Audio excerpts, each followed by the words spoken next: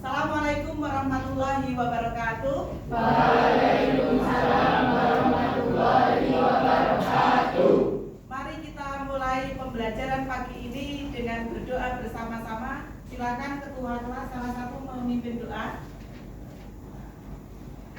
Berdoa mulai. Bismillahirrahmanirrahim.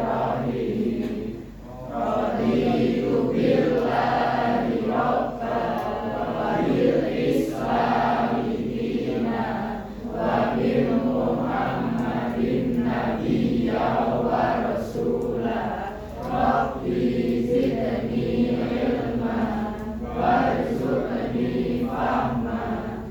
Amin ya rabbal alamin. Sebelum memulai pembelajaran, Guru absen dulu ya.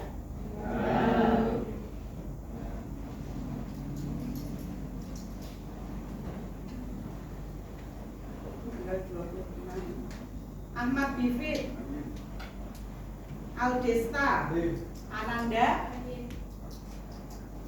Andika, Anissa, Anissa Sauma, Desviko, Dewi Kirana, Fahri, Fadil, Fadli, Faiza, Ferdian, Hani, Hilma, Imelda, Intan, Jackie, Julieta, Lubab, Mahesya, sakit, Marsa, Naufa, Wildan, Aryansyah, Firman, Irfan, Rameiza, Sekar, Cynthia, Syahda, Tri Yulianingrum, Vina, Finza, Wulan, Zahratun Nisa. Kita doakan semoga yang sakit diberikan kesembuhan, semoga pembelajaran kita berjalan dengan lancar. Sekarang berdiri dulu sebelum kita memulai pelajaran. Dicek coba baju yang belum dimasukkan, dilihat sekitarnya apa masih ada sampah. Yuk dimasukkan bajunya, lengannya ditata. Sudah aman? Sudah, silakan duduk kembali. Sebelum kita memulai pembelajaran, kita mengingat lagi pembelajaran pertemuan yang kemarin. Materi kita adalah peradaban awal India. Kita tahu kalau sebuah peradaban itu mesti ada sungai yang mengelilingi tempat tersebut. Di India ada sungai apa? Indus dan sungai Gangga. Sekarang saya dulu tanya, dampak dari adanya peradaban India kuno bagi bangsa Indonesia sekarang. Jadi salah satu agama yang diakui di Indonesia, dua agama besar, Hindu dan Buddha. Kalau selain Hindu Buddha itu nanti ada bangunan modern. Apa yang masih kita pakai sampai sekarang? Ferry,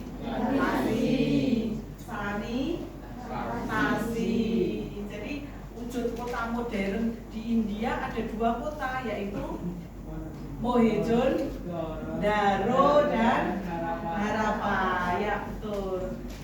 Hari ini kita akan melanjutkan materi peradaban. Kalau kemarin peradaban India kuno, sekarang kita akan mempelajari peradaban Cina kuno. Mari kita lihat bersama-sama. Sebelum kita mempelajari, ini siapa sih belum takon, siapa sih belum jawab. Nomor 1, apa yang kalau kalian mendengar peradaban Cina, apa yang kalian ingat? Yes, tembok besar Cina. Dulu kasih coklat. Terus yang lain? yang kalian makan di resto-resto, Chinese food double. Ya. Kemudian dampaknya bagi bangsa umat manusia sekarang. Kalau kalian mendengar Cina, kalian mau jalan-jalan ke alun-alun, mau ke pasar Rejowinangun, apa yang kalian lewati? Pecinan, ya, ada kampung Cina. Terus lagi, siapa tadi yang jawab? Ya, pakai coklat. Ada pecinan. Kalau pecinan itu identik dengan apa? Orang-orang Cina, kampung Cina yang banyak berjualan di sepanjang pecinan.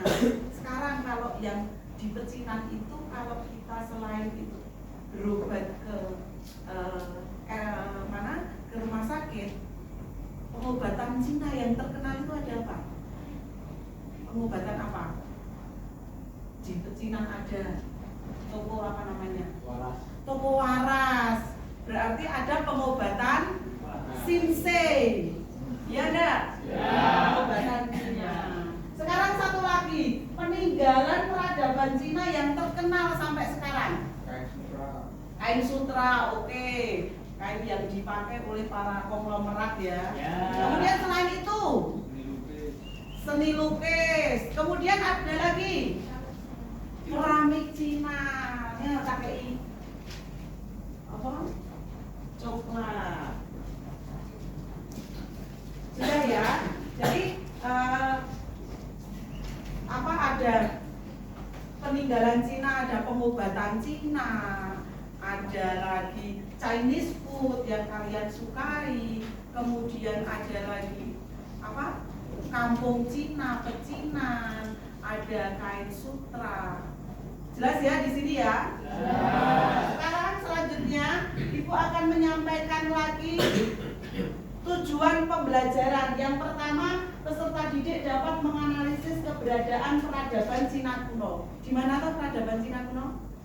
Di sungai Huanghe atau Huanghe atau sungai Kuning. Ya betul. Kemudian peserta didik dapat menganalisis perkembangan hingga keruntuhan masyarakat peradaban Cina kuno secara signifikan. Kemudian yang ketiga, peserta didik dapat mengkomunikasikan hasil belajar sejarah peradaban Cina kuno secara lisan, tulisan, atau media dengan media yang lain. Nanti kalian berdiskusi. Nah, terus apa saja yang kita pelajari hari ini? Yang pertama lokasi, yang kedua sistem pemerintahan, yang ketiga dinasti-dinasti yang berkuasa. Ada Hasya, ada Chow, ada apalagi Qin ya yang paling terkenal ya dengan Raja Si Huangti. Kemudian ada bagaimana kehidupan ekonomi masyarakat Cina kuno, bagaimana sistem kepercayaan masyarakat, sampai nanti pengaruh peradaban Cina bagi bangsa Indonesia, bangsa lain. Itu sangat berpengaruh ya.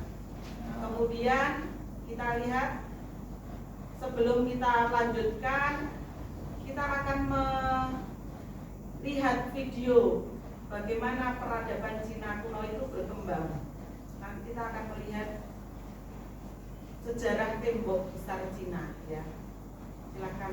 Kita kenal dengan tembok besar Cina adalah salah satu bangunan paling ikonik dan mengesankan di dunia. Membentang sepanjang ribuan kilometer melintasi pegunungan, gurun, dan padang rumput di daratan Cina, tembok ini dibangun selama beberapa abad oleh berbagai dinasti Cina untuk melindungi wilayah mereka dari serangan suku-suku nomaden dari wilayah utara. Lebih lengkap tentang tembok besar Cina, inilah videonya.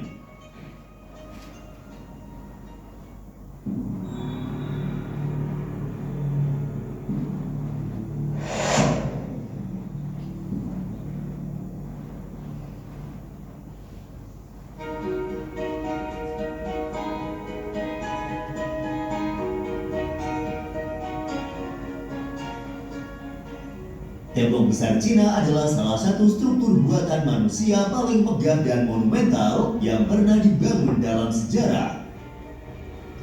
membentang sepanjang lebih dari 21.000 km dari pantai timur di Shanghai Guan di Laut Bohai dan berakhir di Jiangyu Guan di Provinsi Gansu di sebelah barat, menjadikan tembok besar Cina sebagai struktur terpanjang yang pernah dibuat oleh manusia.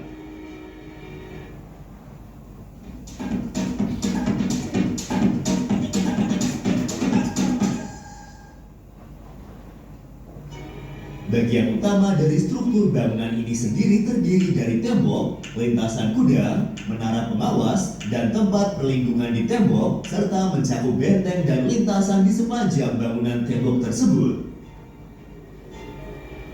Secara umum, tembok ini terdiri dari bagian utama dinding yang besar, benteng, menara pengawas, dan gerbang. Dinding utama berfungsi sebagai penghalang fisik, sementara benteng berfungsi sebagai pusat pertahanan utama di titik strategis yang juga digunakan untuk menyimpan senjata dan perlengkapan militer. Menara pengawas digunakan untuk mengirimkan sinyal peringatan, biasanya dengan asap atau api, tentang adanya serangan musuh. Dan gerbang berfungsi sebagai pintu masuk yang digunakan untuk mengontrol pergerakan orang dan barang, serta sebagai titik perdagangan.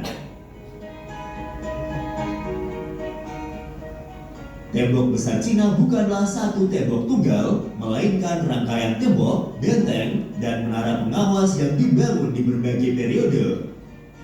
Struktur bangunan ini dibangun secara terus-menerus dari abad ke-3 sebelum Masehi hingga abad ke-17 Masehi di perbatasan utara negara itu sebagai proyek pertahanan militer besar Kekaisaran Cina yang berurutan.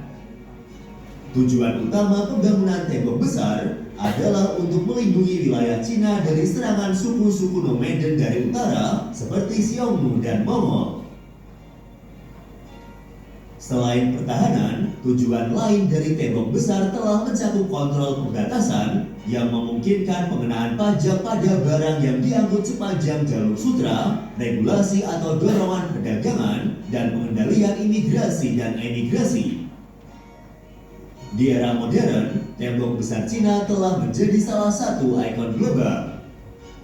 Pada tahun 1987, bangunan ini dimasukkan dalam daftar situs warisan dunia UNESCO. Tembok besar Cina juga dianggap sebagai salah satu dari 7 keajaiban dunia, dan bangunan ini telah menarik jutaan pengunjung setiap tahun, serta menjadi simbol kebanggaan bagi masyarakat Cina dan bukti kekayaan sejarah negara ini.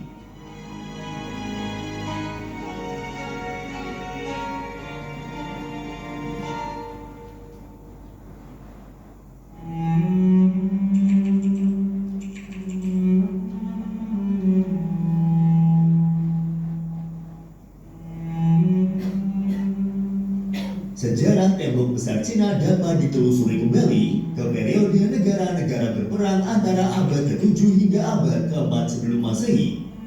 Ketika berbagai negara feodal di Cina mulai membangun benteng pertahanan untuk melindungi wilayah mereka dari serangan musuh. Setiap negara membangun tembok mereka sendiri, tetapi tembok ini belum saling terhubung. Selama masa ini, 7 negara feodal besar seperti Qin, Wei, Zhou, Qi, Han, Yan, dan Zhongshan membangun benteng yang luas untuk mempertahankan perbatasan mereka sendiri. Dibangun untuk menahan serangan senjata kecil seperti pedang dan tombak, tembok-tembok ini sebagian besar terbuat dari batu atau dengan mencap tanah dan kerikil di antara rangka papan tanpa teknologi konstruksi yang lebih maju seperti pada masa-masa berikutnya. Pada abad ke-3 sebelum Masehi, Kaisar Qin Shi Huang menjadi tokoh penting yang memulai penggabungan berbagai tembok ini menjadi satu struktur yang lebih besar. Sebagai pendiri dinasti Qin dan kaisar pertama yang berhasil menyatukan Cina, Qin Shi Huang memerintahkan pembangunan tembok sebagai cara untuk melindungi kerajaan yang baru terbentuk dari serangan suku-suku nomaden dari utara. Proyek ini dikenal sangat ambisius dan melibatkan ratusan ribu pekerja, termasuk tentara, petani, dan narapidana. Proyek ini sangat berat dan berbahaya, dengan banyak pekerja meninggal akibat kondisi kerja yang sangat keras. Bagian-bagian tembok yang dibangun pada era Qin sebagian besar terbuat dari tanah yang dipadatkan karena teknologi konstruksi belum berkembang sejauh yang terlihat pada periode berikutnya. Meskipun penting sebagai langkah pertama untuk menciptakan tembok pertahanan berskala besar, banyak bagian dari tembok Qin yang tidak bertahan lama akibat erosi dan perubahan alam.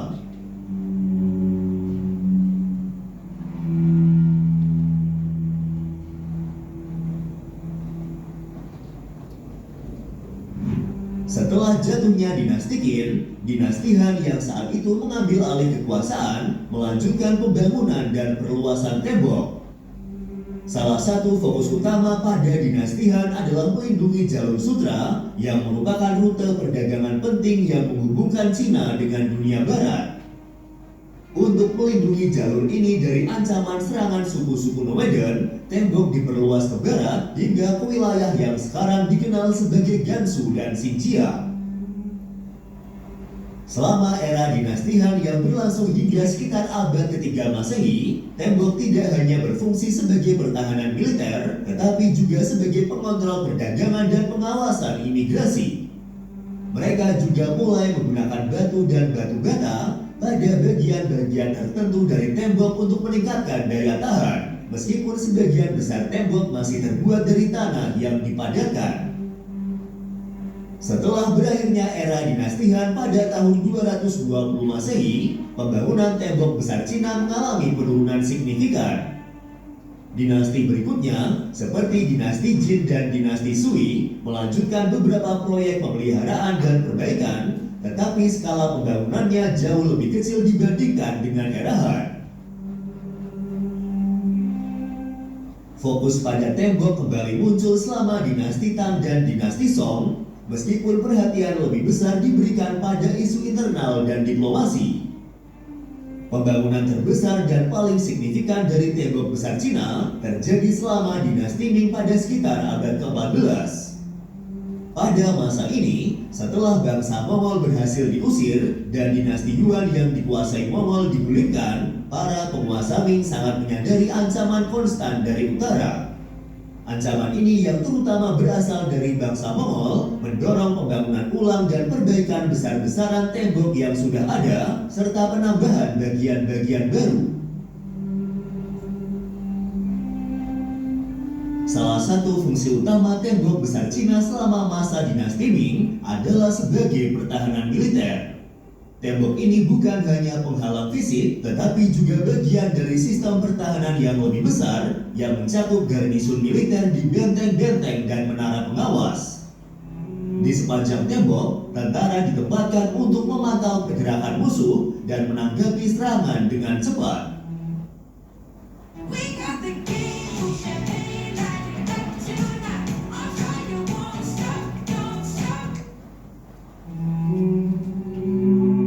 Berbeda dengan dinasti sebelumnya, para pembangun pada era dinasti Ming menggunakan bahan yang jauh lebih kuat seperti batu bata dan batu kapur untuk memastikan tembok dapat bertahan lebih lama.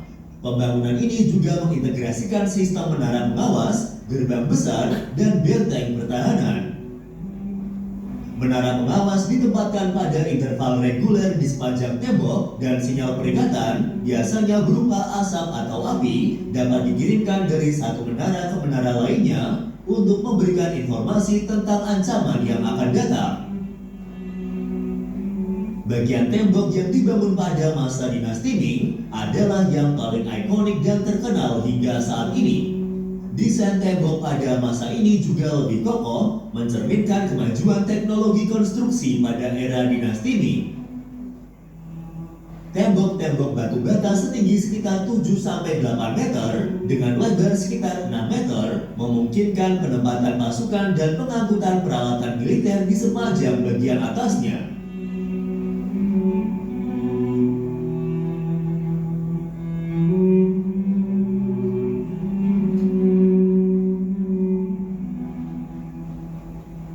Setelah jatuhnya dinasti Ming pada sekitar abad ke-17, dinasti Qing mengambil alih kekuasaan dan tembok tidak lagi memainkan peran penting dalam pertahanan militer.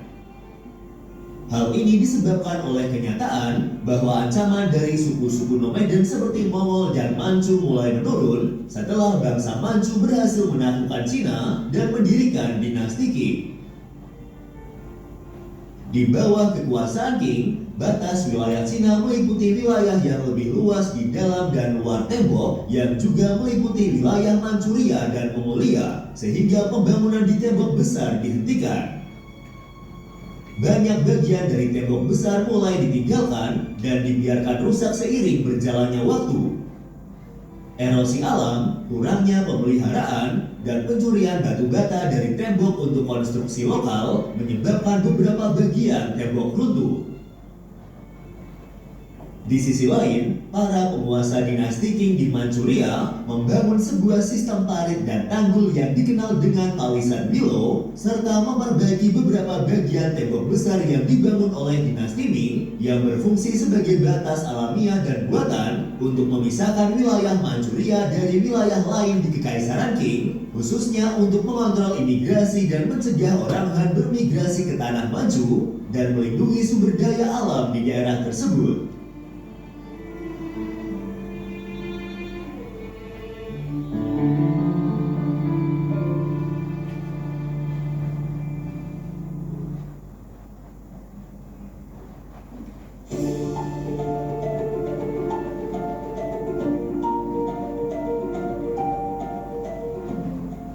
Dan seperti biasa, untuk mengenal lebih lanjut lagi tentang tembok besar Cina, berikut adalah 5 fakta menarik tentang tembok besar Cina.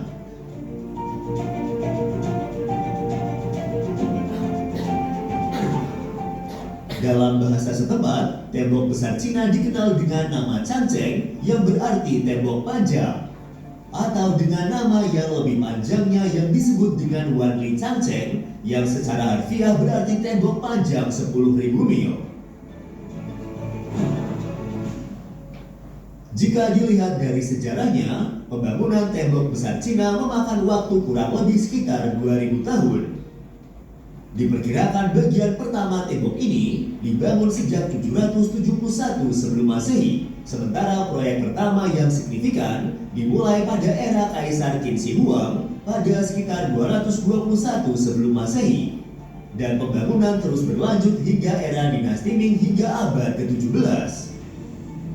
Bagian utama yang kita kenal sekarang yang dibangun oleh dinasti Ming memakan waktu sekitar 200 tahun untuk diselesaikan. Panjang resmi tembok besar Cina adalah sekitar 21.196 km. Ini termasuk semua bagian utama serta cabang-cabang tambahan yang dibangun oleh berbagai dinasti sepanjang sejarah. Angka ini mencakup dinding pertahanan, parit, dan penghalang alam yang digunakan sebagai bagian dari sistem pertahanan. Bagian yang paling terkenal, terutama yang masih berdiri dan terpelihara dengan baik, panjangnya sekitar 8.850 km yang sebagian besar berasal dari era dinasti Ming. Dengan panjangnya tersebut, tembok besar Cina merupakan bangunan terpanjang di dunia yang pernah dibangun oleh manusia. Meskipun diklaim memiliki panjang lebih dari 21.000 km, namun sayangnya, sekitar sepertiga bagian tembok ini telah menghilang. Banyak situs tembok telah rusak dan terancam hilang karena pelapukan fisik dan aktivitas manusia. Vandalisme manusia merupakan ancaman utama. Menurut statistik dari UNESCO, hampir sepertiga tembok telah menghilang. Yang bertahan saat ini sebagian besar adalah konstruksi batu dan bata dari dinasti Ming. Tembok awal yang terbuat dari tanah padat, terutama yang ada di wilayah Mongolia Dalam, Gansu dan Ningxia di Cina Barat Laut, memburuk dengan cepat, retak, miring, atau runtuh. Diperkirakan bahwa tanpa konservasi yang efektif, bagian-bagian ini akan hilang sama sekali dalam waktu 30 tahun.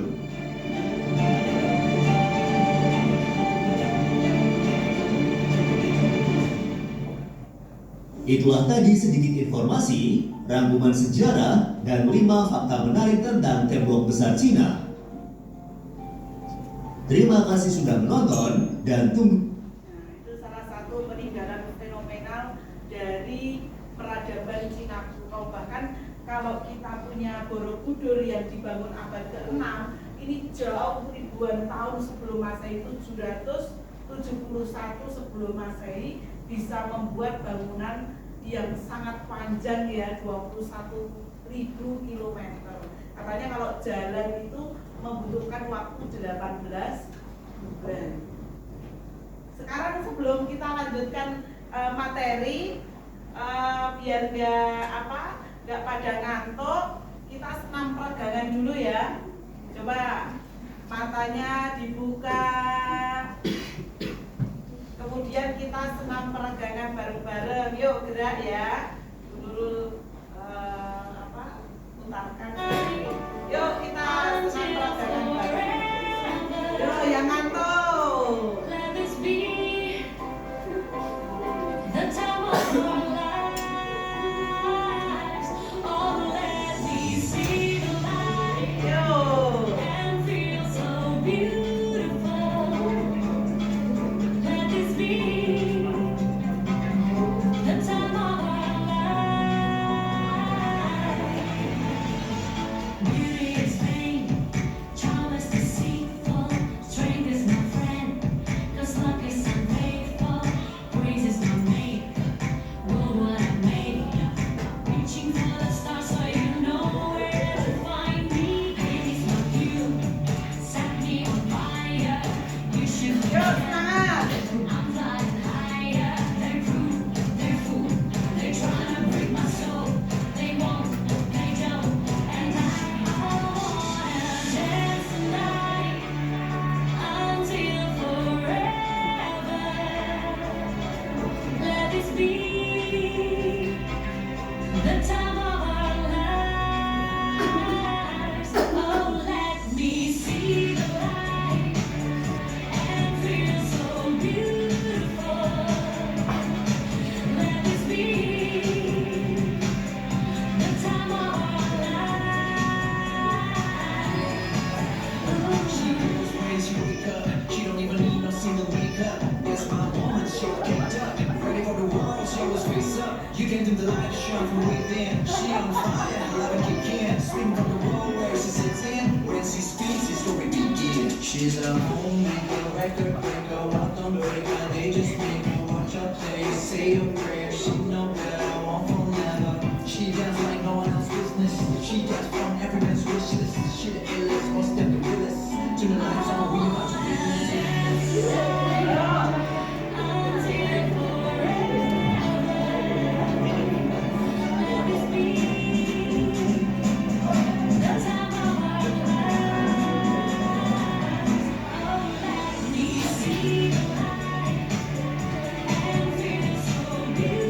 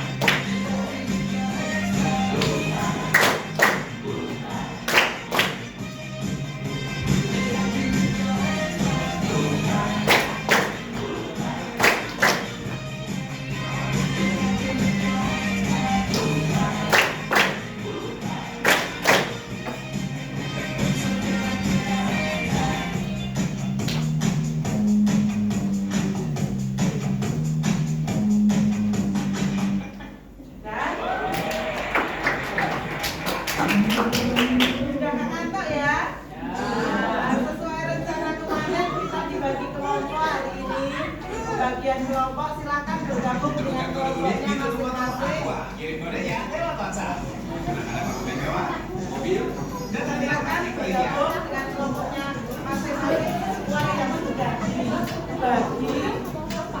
Ya kan? Anak bibit mana? Ya ini. Sebelah mana? Bergabung dengan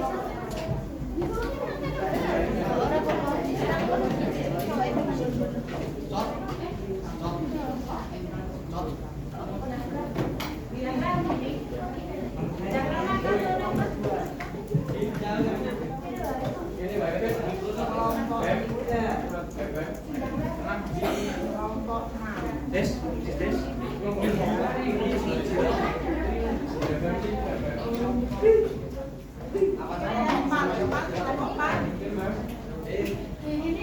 Andika, Anissa. Ya. Silakan bergabung dengan kelompoknya masing-masing.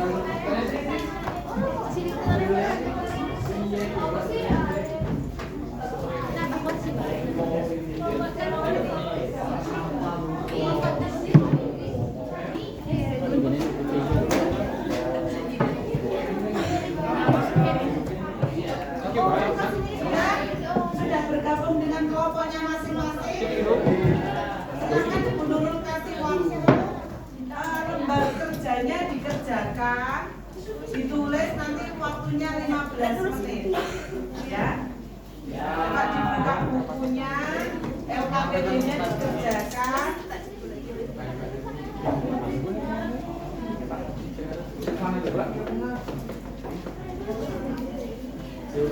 Bergabung dengan kelompoknya masing-masing. Ada pertanyaan sampai sini? Silakan dikerjakan.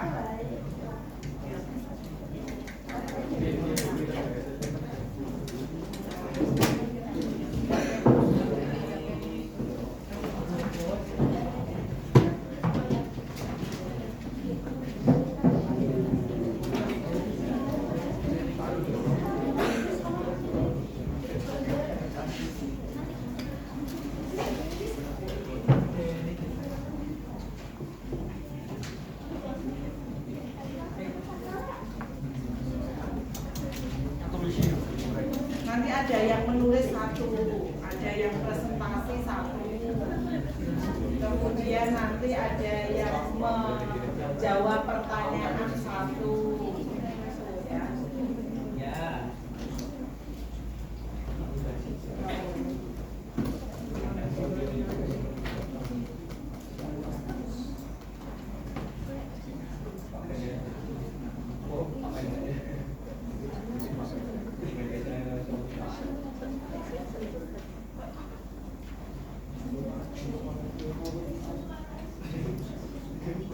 Ada masalah enggak?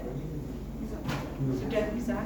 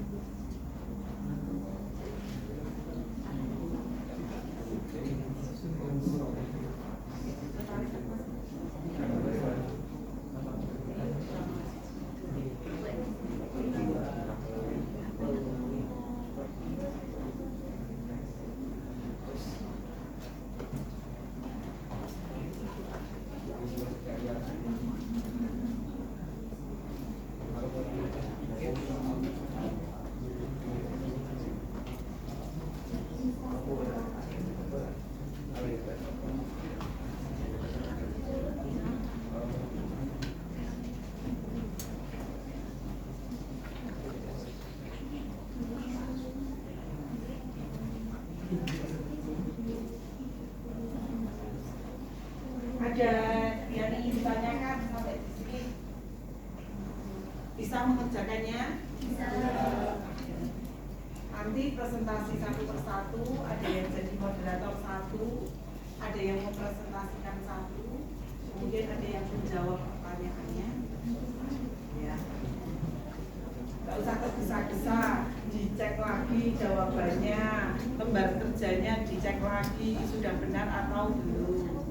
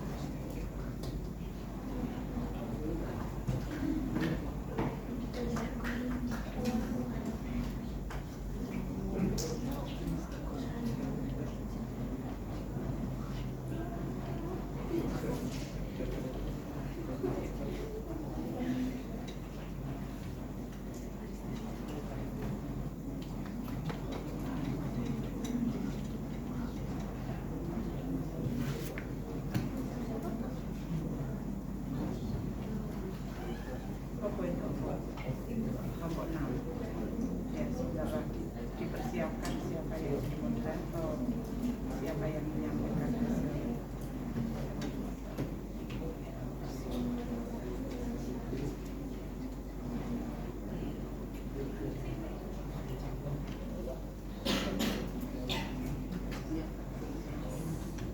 Sudah semua dapat bagikan saran.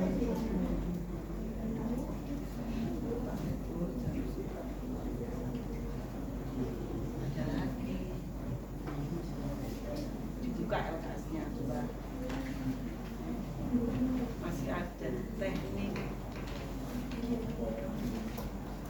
pembuatan makanan.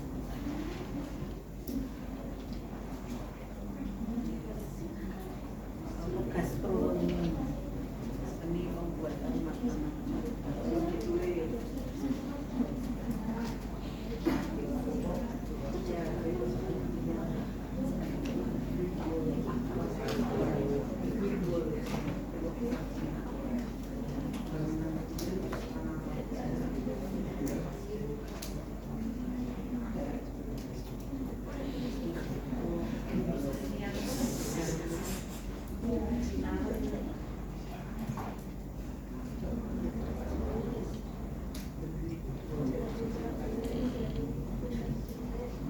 Sudah ada yang selesai?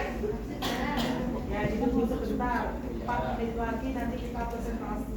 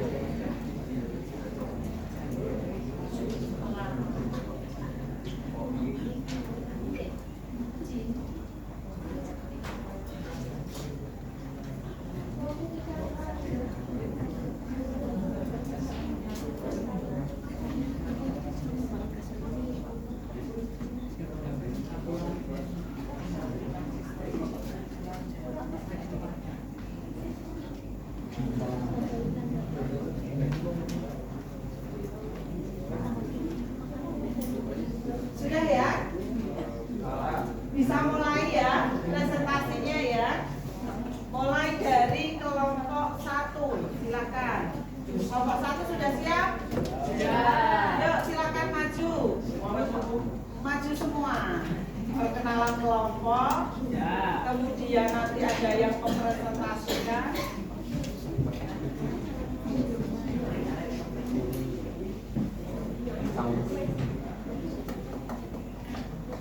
Sambil dulu nilai.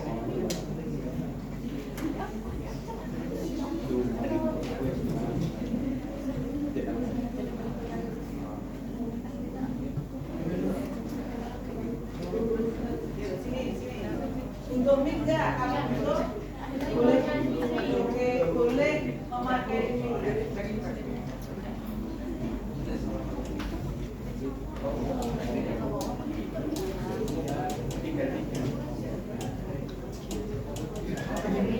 Salam dulu.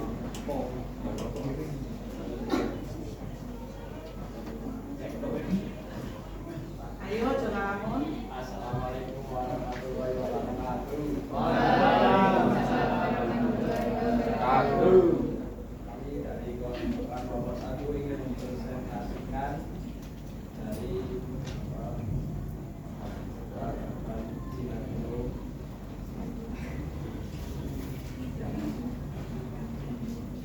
Nah, kelompok kami berangkat dulu saya memiliki salam Dewi Kirana, Dewi Satu, Dewi Prasetyo, Muhammad Aryasa, dan Yulia. Yuk pakai mic ya, biar suaranya.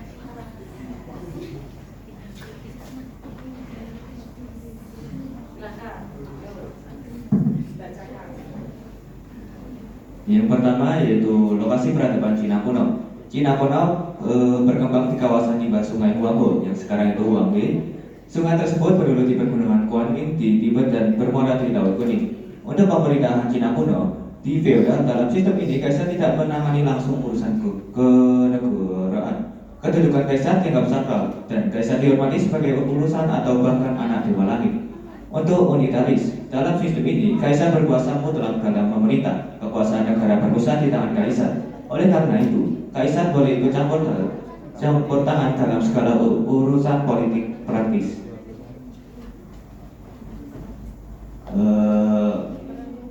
Mungkin ada yang ditanyakan? Ada yang ingin bertanya?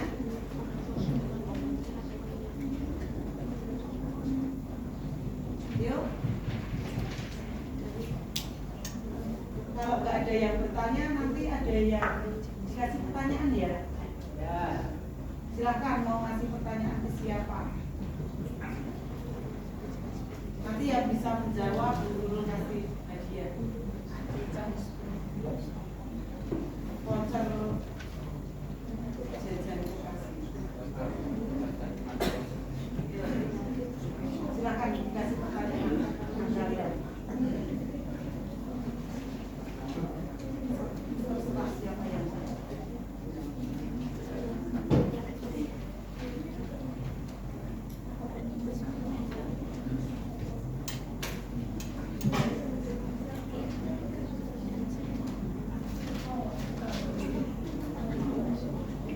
satu aja, coba satu kelompok. Kalau nggak ada yang bertanya.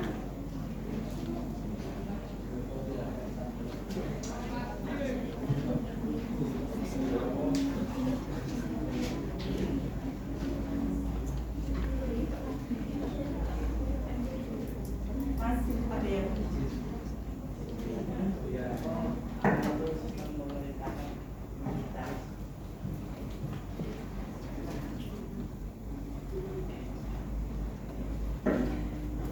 jadi yang lain ada yang mau menjawab?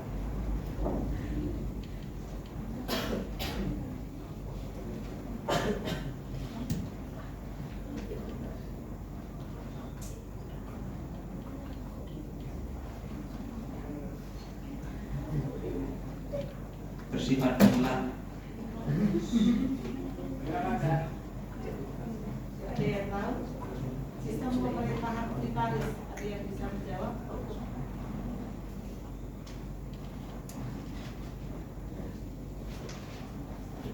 Yuk.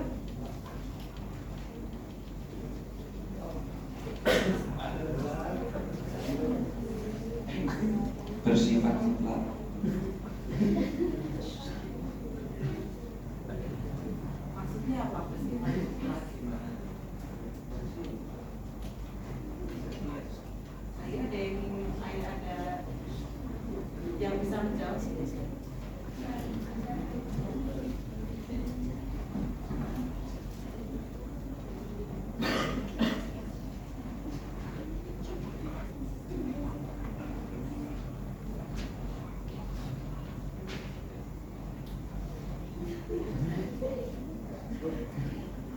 Ya, jawab, Mbak.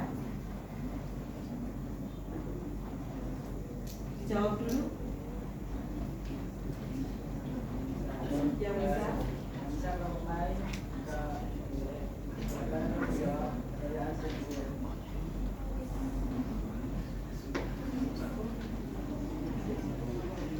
Yo, silakan.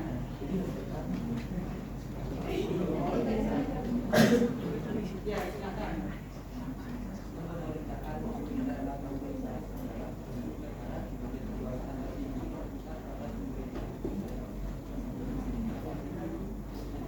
Jadi maksudnya apa? Militaris itu raja, itu juga sekaligus kepala pemerintahan. Jadi sekali di samping dia seorang raja, sembah sisisan para dewa juga menjalankan pemerintahan. Bedanya dengan feodal apa? Kalau feodal, kaisar tidak langsung memerintah pemerintahan, jadi pemerintahannya ada sendiri, bangsawan. Kemudian kalau raja itu hanya disembah, jadi titisan para dewa, tidak menjalankan pemerintahan. Silakan diakhiri. Lanjut kelompok 2 ya, siap-siap. Sekian dari kelompok kami, tidak ada kesalahan, mohon maaf. Assalamualaikum warahmatullahi wabarakatuh. Waalaikumsalam warahmatullahi wabarakatuh.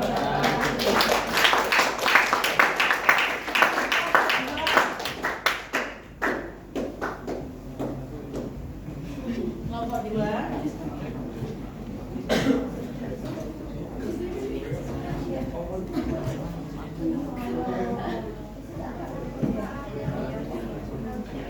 Mic-nya diambil. Suaranya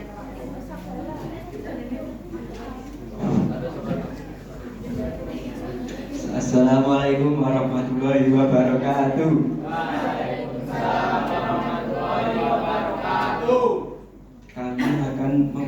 Kami dari kelompok 2 ingin mempresentasikan hasil kerja kelompok kami, yaitu apa? Informasi yang berkaitan dengan peradaban Cina kuno. Sebelumnya saya ingin memperkenalkan diri, nama saya Muhammad Ibn Setiawan. Saya Ferdiano Taryanto. Saya Wulan Yafinanda. Saya Hanifah. Saya Hilma Aidia.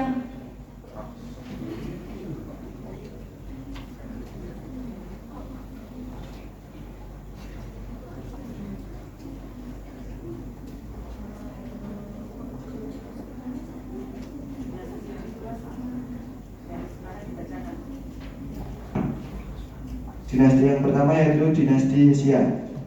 Ciri-ciri dinasti pertama Tiongkok 2070 sampai 1600 sebelum Masehi. 2. Pemerintahan monarki turun menurun. 3. Sistem irigasi mulai berkembang. 4. Didirikan oleh Yu yang Agung.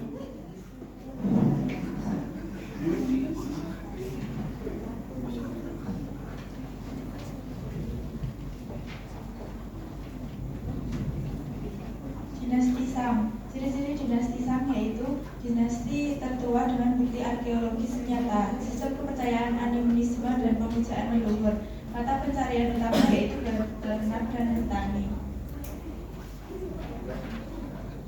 Dinasti Zhou.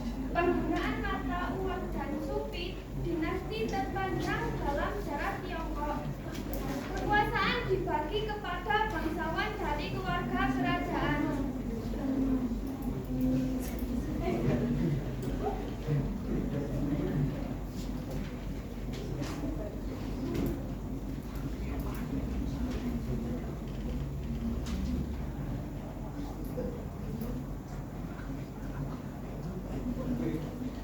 Dinasti Qin. Ciri-ciri menerapkan sistem pemerintahan efisien. Pemerintahan sangat ketat dan keras. Kekuasaan dipusatkan Kaisar Qin Shi Huang. Ada yang ingin ditanyakan? Yuk bertanya. Silakan.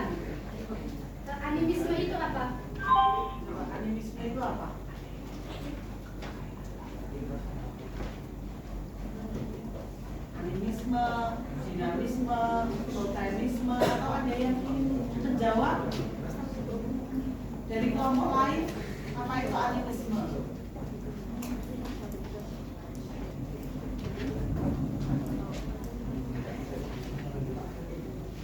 Yuk, ada yang ingin menjawab animisme itu apa?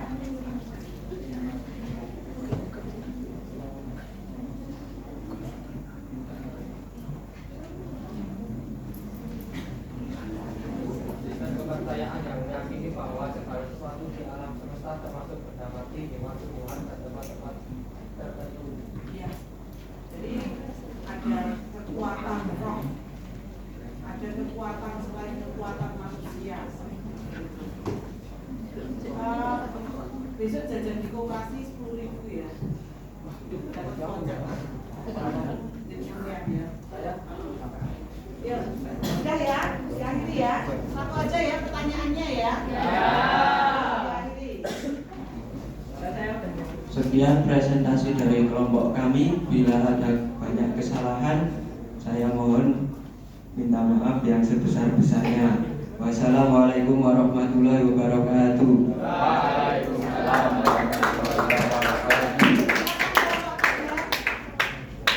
Kelompok 3 persiapan maju.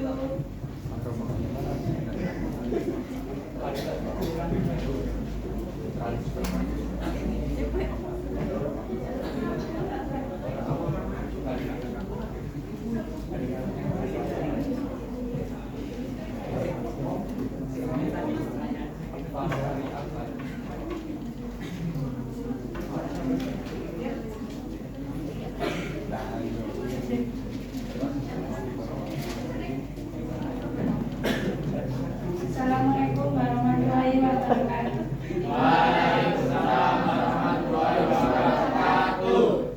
Kami dari kelompok 3 akan mempresentasikan hasil kerja kami. Nama anggota kelompok: 1 Intan Aristawati, 2 Julita Purnamasa.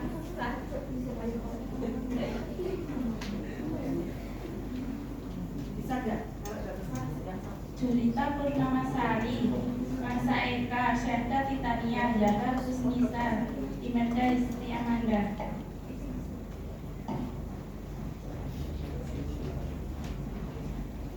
Ciri-ciri dinasti Tang.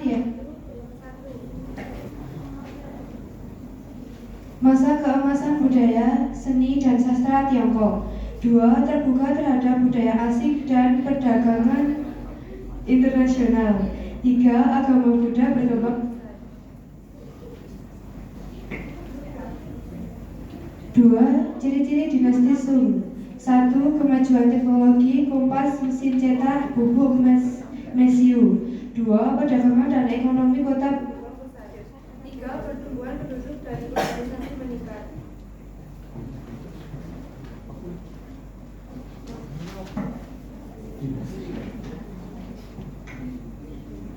Ciri-ciri dinasti Mongol dan Yuan didirikan oleh Kubilai Khan dan dari bagian Mongol, wilayah kuasa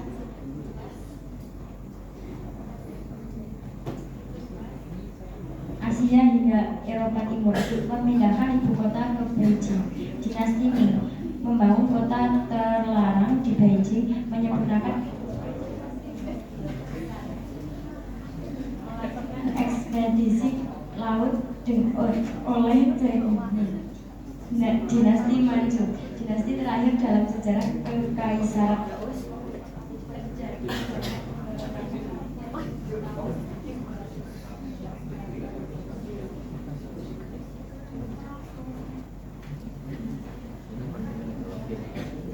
Yuk, sekarang ada pertanyaan yuk. Yuk, silakan Mas. Apa nama ibu kota dinasti Tang pada masa kejayaannya dan siapa pendirinya?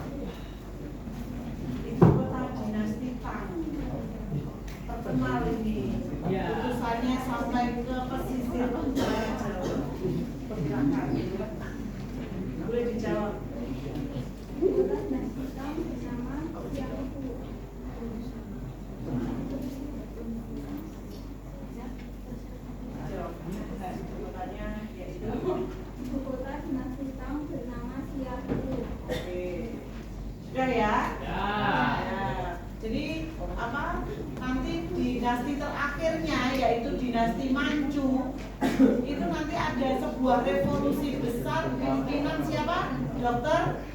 Sun Yat-sen yang akhirnya merubah sistem pemerintahan di Cina dari kekaisaran berubah menjadi republik, akhirnya bernama Republik Rakyat Cina. Tepuk tangan untuk kelompok 3. Dari kelompok kami, wassalamualaikum warahmatullahi wabarakatuh. Besok ke koperasi ya. Ini siapa?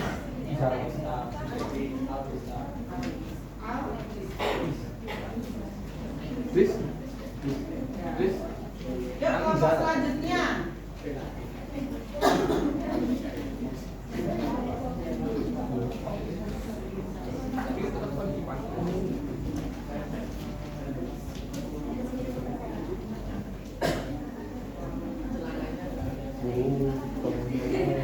Yuk dimulai. Pakai ini, Pak. Assalamualaikum warahmatullahi wabarakatuh.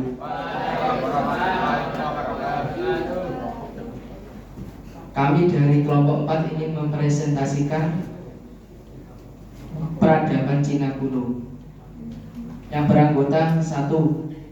Anissa Eka Kusuma, Fahri Akbar, Faiza Lubab, Athila Musayyar, Cynthia Adelia, Andika Dwi.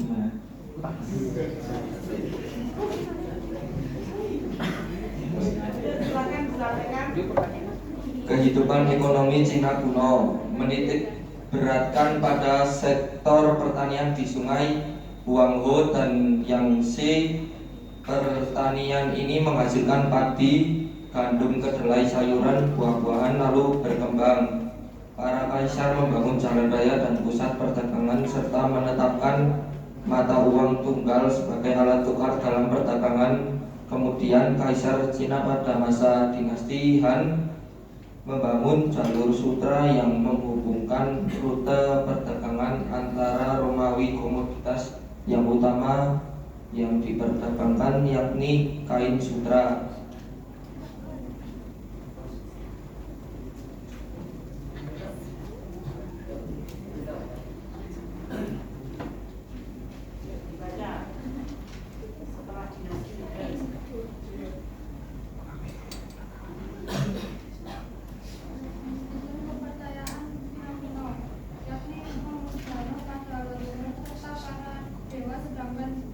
Dewa pada masa itu yakni Shangji Dewa Langit, Wenpa Dewa Angin, Leisi Dewa Badai, Taishan Dewa Penguasa.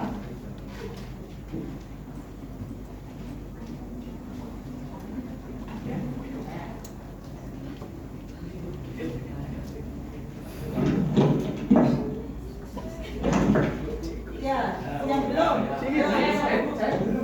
Sini Bu. Sini kak Bu.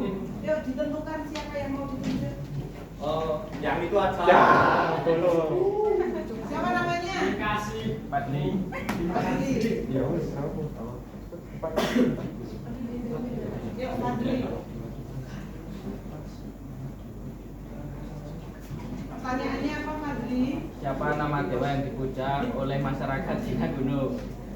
Nama dewa yang dipuja pada masyarakat Cina kuno. Ada banyak dewa. Silakan sebutkan. Yuk. Dewa Sakti atau Dewa Langit sekaligus Dewa tertinggi. Kemudian Dewa Wenpa atau Dewa Angin, Leisi atau Dewa Badai, dan terakhir Taishan atau Dewa Penguasa Bukit Suci. Sudah ya. Pertanyaannya satu aja ya. Ya. Ya, diakhiri. Yuk, moderator.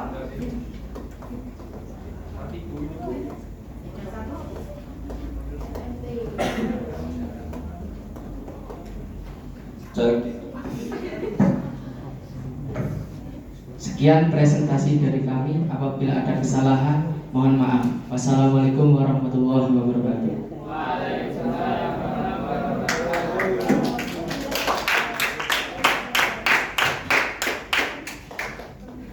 Silakan kelompok selanjutnya.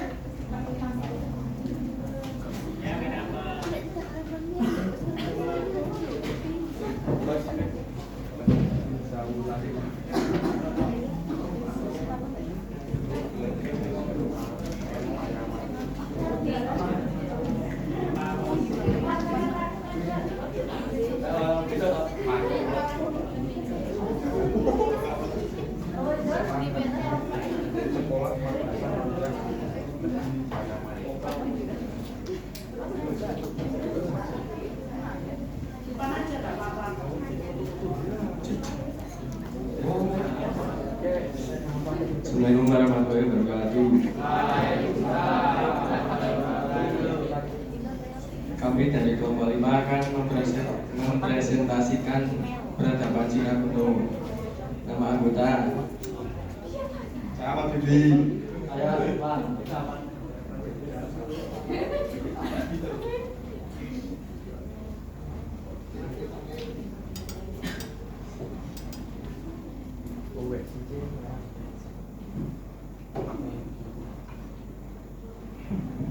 Saya Rina Fatimah Tuzan. Saya Naskah Widiarti. Ramendra Alia. Saya Impor.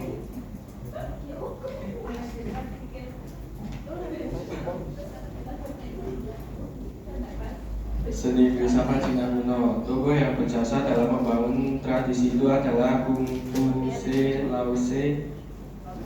Lause, Mingse, ajaran Lause dikenal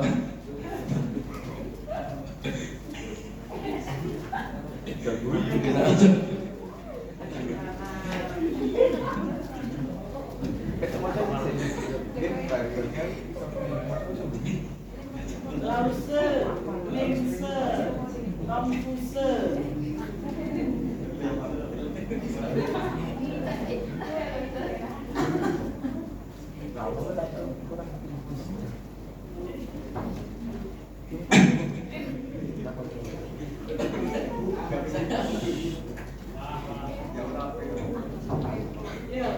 dikenal sebagai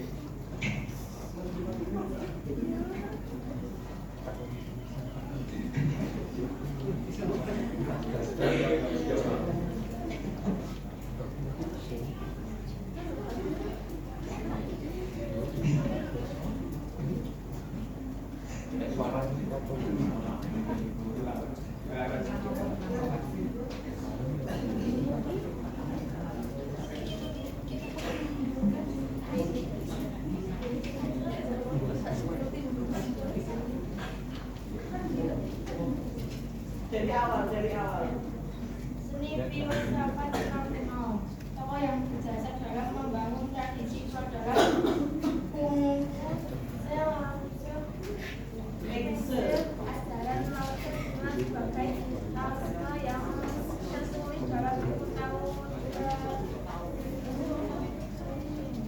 Ini ajaran Lause yang menjadi satu adanya semangat keadilan dan kesejahteraan bernama Tao. Bahwa orang tidak boleh menolak kebenarannya alam. Jika supaya orang mau menerima nasib seperti suka, duka, bahagia dan sejarah.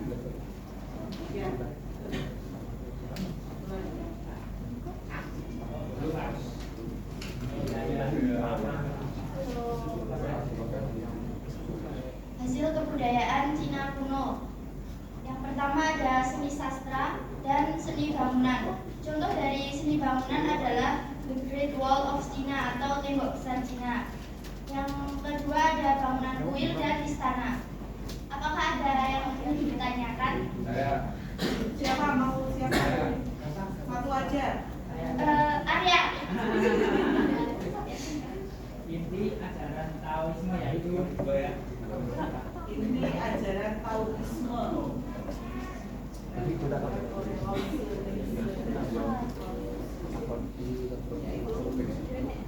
Apa tadi?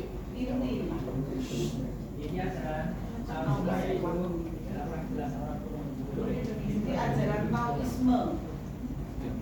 Manusia itu.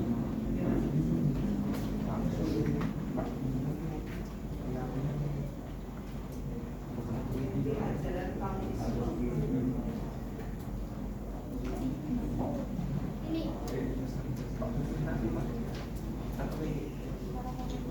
Inti ajaran Taoisme yang pertama adalah adanya semangat keadilan dan kesejahteraan bernama Tao, dan orang tidak boleh mengekang jalannya alam. Tiga, supaya orang mau menerima nasib seperti suka, duka, bahagia dan sengsara.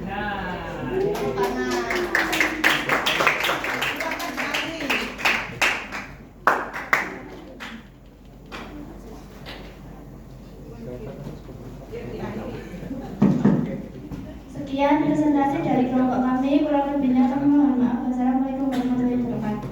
Waalaikumsalam warahmatullahi wabarakatuh.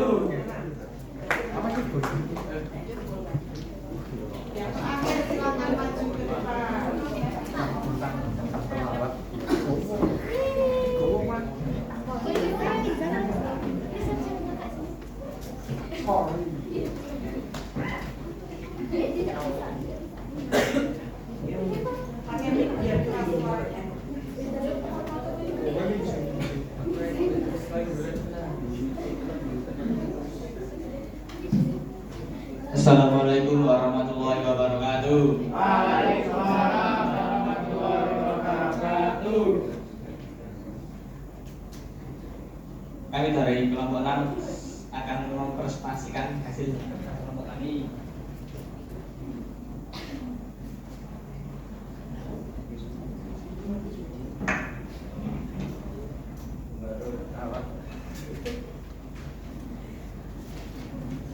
Pengaruh peradaban Cina bagi bangsa-bangsa lain. 1. Penemuan kertas, buku mesiu, kompas, dan percetakan.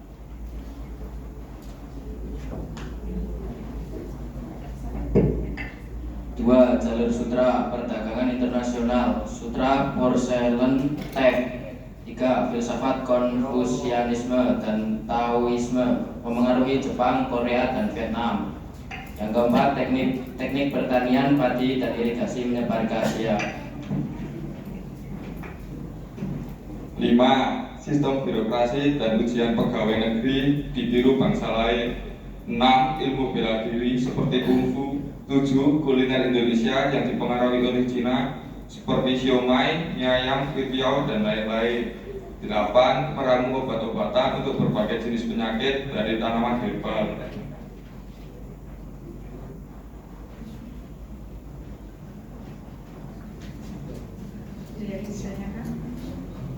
Silakan Mbak.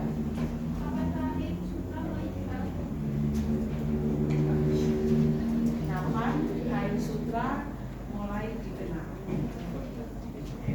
Kain sutra mulai dikenal pada masa kekuasaan Shi Huangdi dari dinasti Jin.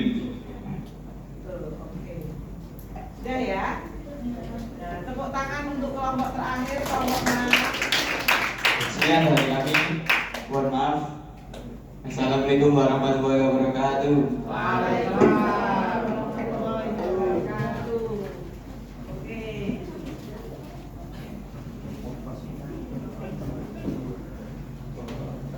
Sebelum ditutup kegiatan pada siang hari ini, pelajaran apa yang bisa kita ambil dari materi peradaban Cina kuno?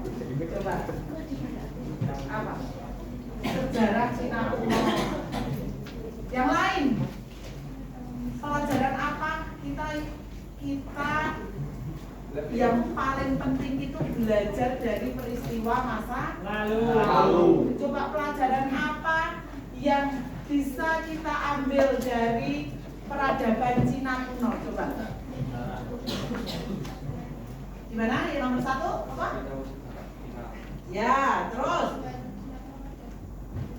kemajuan Cina kuno zaman dulu, contohnya sebelum Masehi bisa membuat bangunan yang begitu megah, besar, bahkan apa?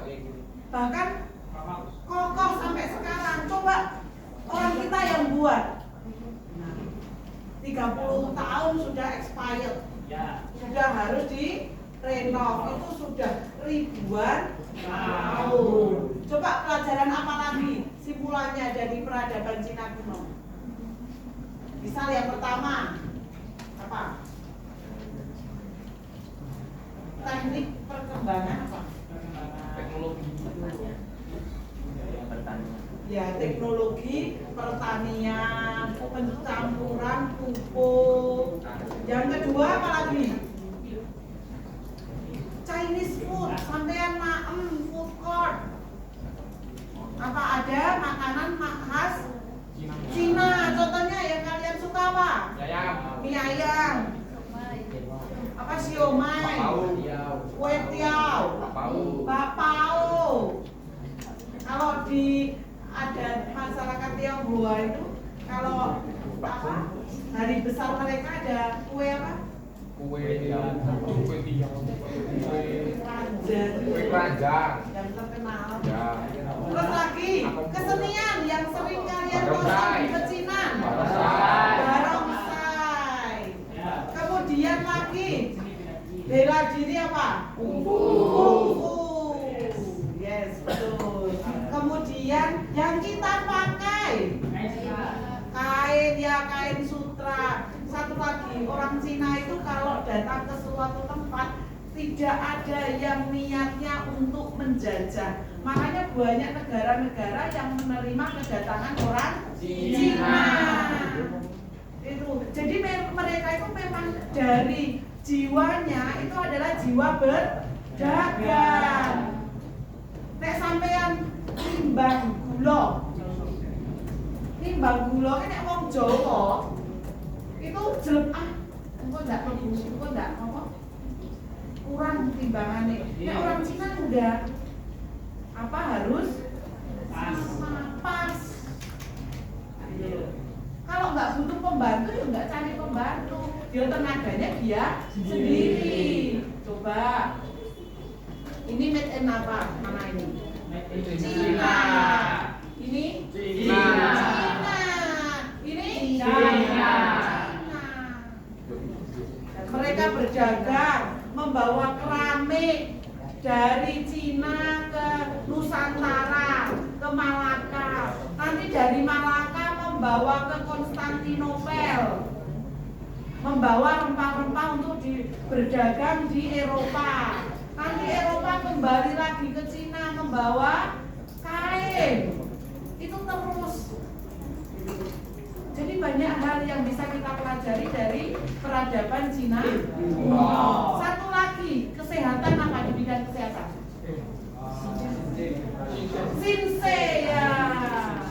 Pengobatan tradisional atau pengobatan apa herbal ya, herbal yang bisa kalian kalau kalian sakit bisa periksa ke tabib. Nah itu dari Cina. Coba satu lagi, dinasti yang paling kuat yang membuat tembok besar Cina, pimpinan Raja siapa?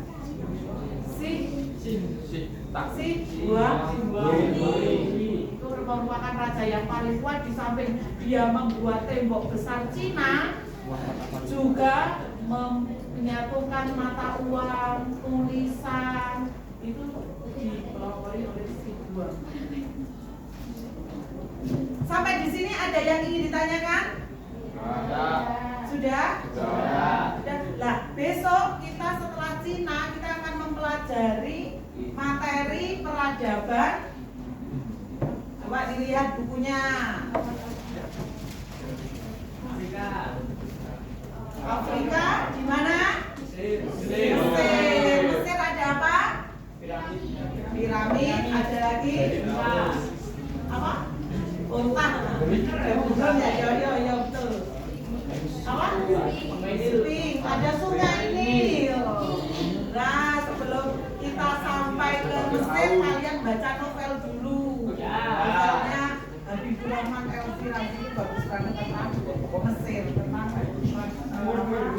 judulnya ayat-ayat cinta itu bagus. Sudah ya? Ada yang ditanyakan lagi? Sampai di sini. Sudah? Mari kita tutup acara. Mari kita tutup kegiatan pembelajaran hari ini. Silakan ketua kelas memimpin doa. Duduk di tempat duduknya masing-masing. Silakan.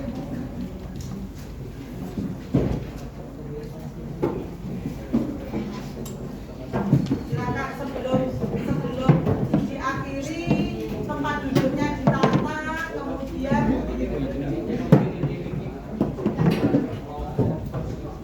coba sampai sini. Silakan duduk dulu di tempatnya masing-masing.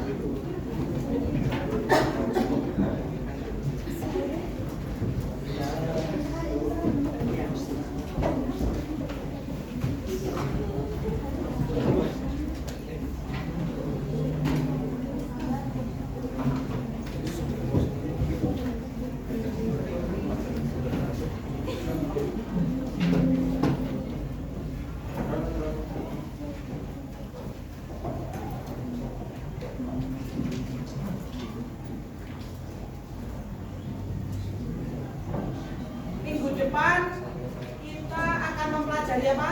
Peradaban Mesir kuno. Ya, jangan lupa. Kemudian satu pertanyaan lagi, coba nanti ya bisa menjawab tak takwil Padang. Ya, siap-siap.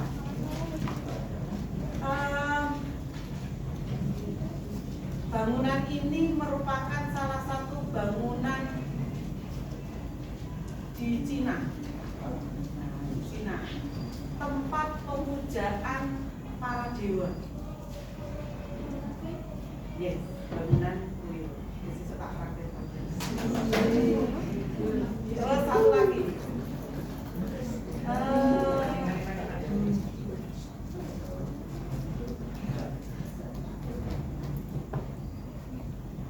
Bangunan ini digunakan untuk menahan serangan dari kaum barbar. Tembok besar Cina. Oke. Sudah ya? Sudah ya, 2 ya. Kemudian diakhiri ya. Silakan ketua kelas memimpin doa. Ya, berat. Doa mulai. Bismillahirrahmanirrahim. Allahumma arinal haqqa haqqan warzuqna ittiba'ah wa arinal batila batila warzuqna ijtinabah. Amin ya rabbal alamin. Subhanakallahumma wa bihamdika asyhadu an la ilaha illa anta astaghfiruka wa atubu ilaik. Sampai jumpa di pertemuan berikutnya. Dulu akhiri. Assalamualaikum warahmatullahi wabarakatuh. Waalaikumsalam warahmatullahi wabarakatuh. Ya, silahkan boleh keluar kelas.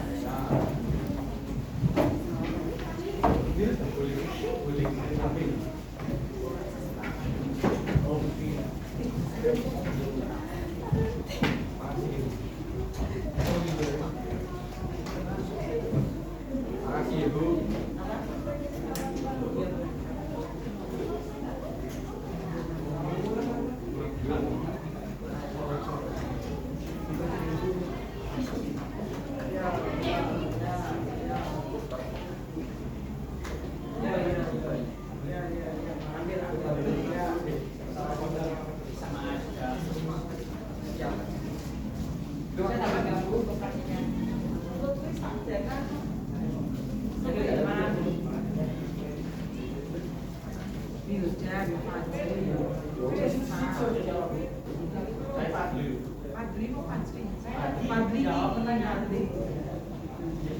Sesuk tak kei. Ya, Ibu.